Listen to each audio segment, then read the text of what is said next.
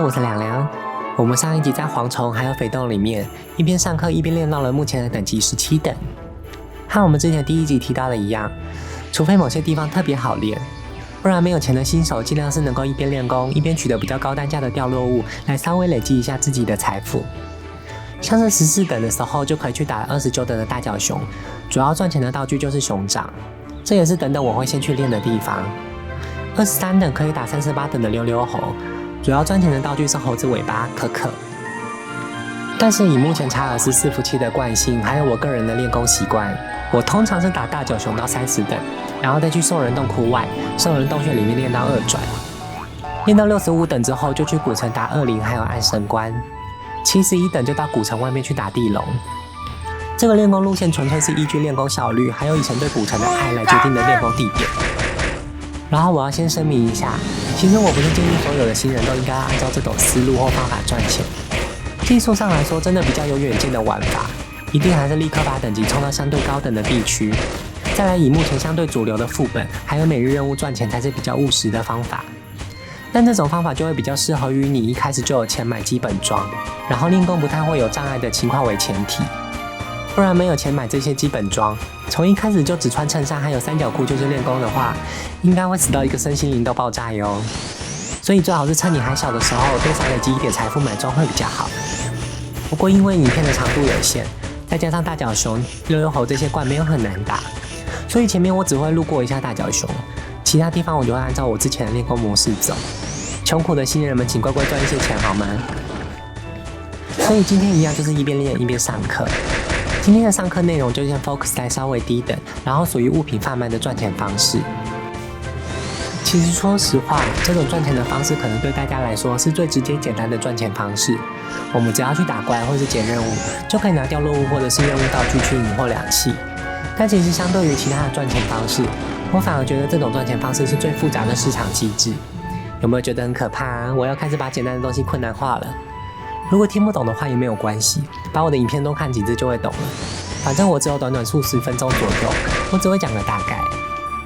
同学们如果进入 RO 这个水深火热的经济学市场游戏，应该偶尔会发现，除了那些本来一眼就能看懂为什么很贵的装备道具外，有些人还会广收或是开收购商店收取一些平常你可能觉得是垃圾的道具，甚至可能还价值不菲。譬如说毒蘑菇芽包、可可、熊掌。这是因为当我们还不了解这些道具有什么样的功能时，它对我们的价值就几乎是等于0。但是若我们可以充分了解这些道具的功能后，也许它的价值就不会如同你想象中的廉价，甚至可能会自己想要收来做成成品，额外多赚一笔钱。农夫产出的农产品就像是打怪拿到的掉落物，商人们在跟农夫买到所谓的农产品，将其加工成商品，然后再高价卖给大家。所以在 RO 里，我们就会戏称这些埋头苦干、疯狂解任务或者是打道具的人为农夫，其实也是有它在经济学上的定义的。我尽量不直接和大家说买卖什么东西就一定会赚钱，毕竟赚钱的方式除了方法多样之外，也要会看风向还有时运。所以为了避免当盘子，我们除了要赚钱外，也要了解为什么买家会愿意跟你买这些道具，这样你才能适时评估哪些东西是值得花钱投资，哪些东西可以顺着风向改变策略。所以为了提升我们的市场敏感度，我们就必须先了解目前 RO 的需求。从最简单的开始，大家玩游戏追求的通常都会是装备等级，毕竟要生存嘛，某种程度上大家就会比较愿意将金钱投资在这上面。所以可以把它们区分为几个面向。从装备面来说，依照目前装备版本，大家普遍身上穿的都会是 17.1 的幻象装，还有 17.2 的全自动甲，再来就是前阵子刚出的 N 点套。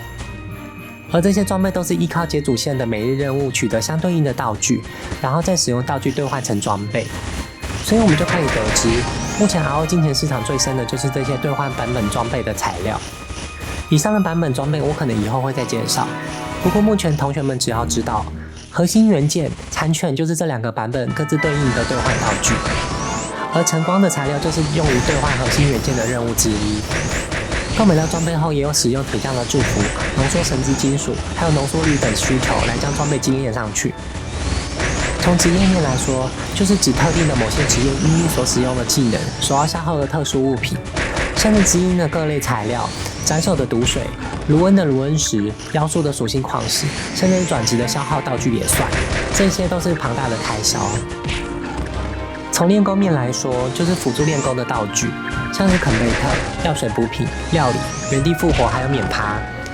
还有一些比较特别的练功地图会需要的消耗品，像是盛开卷轴还有暗开卷轴。从活动面来说，由于今年的活动比较倾向于提供相关活动的补品，然后再由活动相关的服饰提供额外的效果方面的援助。像是前阵子出的万圣节，就有万圣节变身糖果，还有木乃伊面具等。魔兽狩猎季则是提供补品，还有新卡片的抽取，还有相关的服饰。圣诞节还有铁匠祝福、职业强化箱可以抽，然后还有很可爱的衰微雪人哟。炫耀财面向，这边的炫耀财是指经济学面向的定义。当商品在所谓高价格时，就会使购买的人认为拥有这个商品是一种高地位、高品位或高财富的象征，进而增加消费这个财货的效用，也会增加对这个商品的需求。它是一种违反需求法则的范例，价格明明上升了，却反而增加需求量。这种效果就称为 Veblen Effect。有这种效果的商品就可以称为炫耀财。这类的商品在 RO 中大部分是属于转蛋类的商品，譬如说这一些。是不是看着看着自己就也很想要啦？除了昂贵但有效果的装备之外，其实 RO 也有很大宗的金流是在买卖所谓的服饰上面。这类的服饰它们基本上是没有效果的，纯粹是因为量少或者是外观相对讨喜，但价格却也是非常的高昂。其实新手们如果真的没有钱，可以直接在露天找相对便宜、自己又喜欢的服饰来为职业时附魔做准备即可，不需要像这些美丽的大佬们一样砸重金在这上面。但是说老实话，我个人觉得如果要推新手氪金的话，我反而觉得新手们可以在某种程度上优先让自己看起来光鲜亮丽会比较好。这个想法可能和其他老玩家不太一样，毕竟现在 RO 是属于伤害爆炸的年代，大家追求效率都是希望自己的队友伤害很高。不过我自己长期观察下来，只追求伤害输出的人通常都玩不久，因为新的装备总是层出不穷，你是永远买不完的。然后目前的 RO 内容也是倾向于解每日任务还有副本而已，除非你是一个非常热衷于当农夫的人，不然装备带给你的效益顶多就是到200等之后就没有用了。而现在的平民装加上现在职业优化的关系，其实你穿平民装再稍微处理一下破防的问题就可以顺利封顶了。因此如果你们没有特殊需求，像是一定要一个人单挑挑战古城副本或者是 EBDA 副本的话，其实根本就不需要砸太多钱在装备上。所以我是希望新人们踏入 RO 的时候，心情不要是抱持着追求高伤害或者是害怕被装减，所以硬是要提升自己的伤害来玩。一来这样压力其实很大，二来就是如果你对角色根本没有爱，纯粹就是大家说哪些职业伤害高所以你才玩的话，那游戏的耐久度就会下降得非常的快。反而是一开始就认真喜欢自己的角色，喜欢把自己的角色装饰得美美的人，这种人反而待得最久，也会对 RO 产生比较多的热情。不信的话，你可以问问周遭的朋友，是不是很多退坑又回锅的人，其实都是想要待在线上当一个美丽的花瓶就好了。甚至很多明明装备超好的人，最后也是在路上一起当花瓶聊天。